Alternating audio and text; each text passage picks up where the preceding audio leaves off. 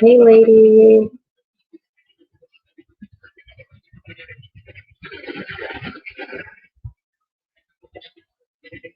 Just want to make sure I'm in the right place. I am. Okay.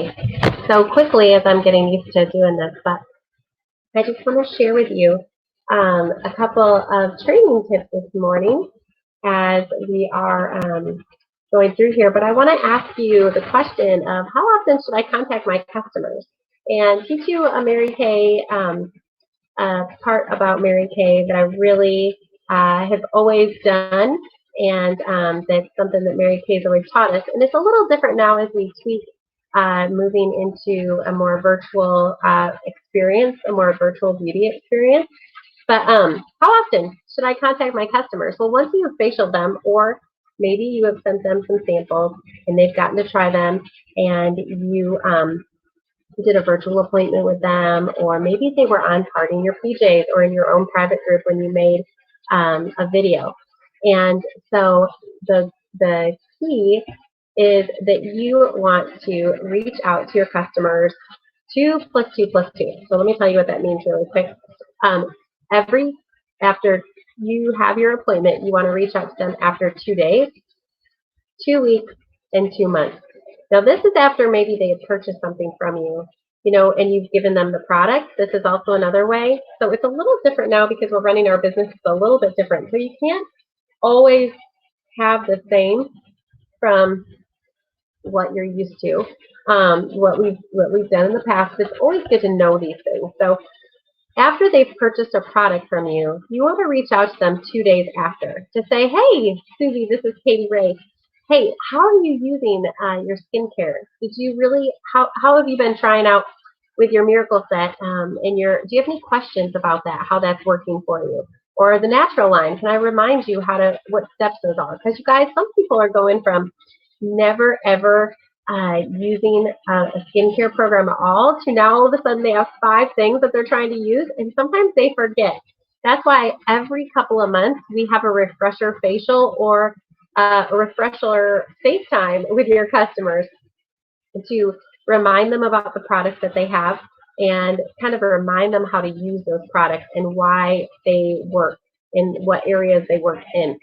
So if I were selling somebody a Miracle Set and they got it in their hands, then 2 days later I would give them a call and say, hey, how is that working out for you? Do you remember the first step is the cleanser, and then after you wash your face, then it's the day cream or the night cream, and then your eye cream. So and some of the sets have a little bit more of a explanation, like the Clear Proof. They have a cleanser, and then they have a toner and an acne treatment gel and a moisturizer. And don't ever assume that people know what order that comes in. Sometimes people get confused and they think they need to put the toner on first before they wash their face. So you always want to act like they know not a thing about the skincare, okay? So after they have the product in their hands, then you reach out to them in 2 days to say, hey, how is it going? Then in 2 months, they're about running out of that product. And so, or sorry, 2 weeks. 2 weeks is a good after 2 days, because and I make a little note on their profile card. I put a little appointment in my phone on Google Calendar that, hey, I should reach out to Susie again. It's been 2 weeks since she's had her product in her house. And in 2 weeks, she'll know if a product is irritating her skin, if it's breaking her out, then her face is starting to get used to that. Maybe it was not the right formula, and she's not going to call you to tell you that, and you can refer back to how is it going with those products that you bought from me a couple weeks ago. Just want to check on you. And so, it's giving good customer service. That's what the 2 + 2 + 2 is all about. And then you go, the last 2 is for 2 months.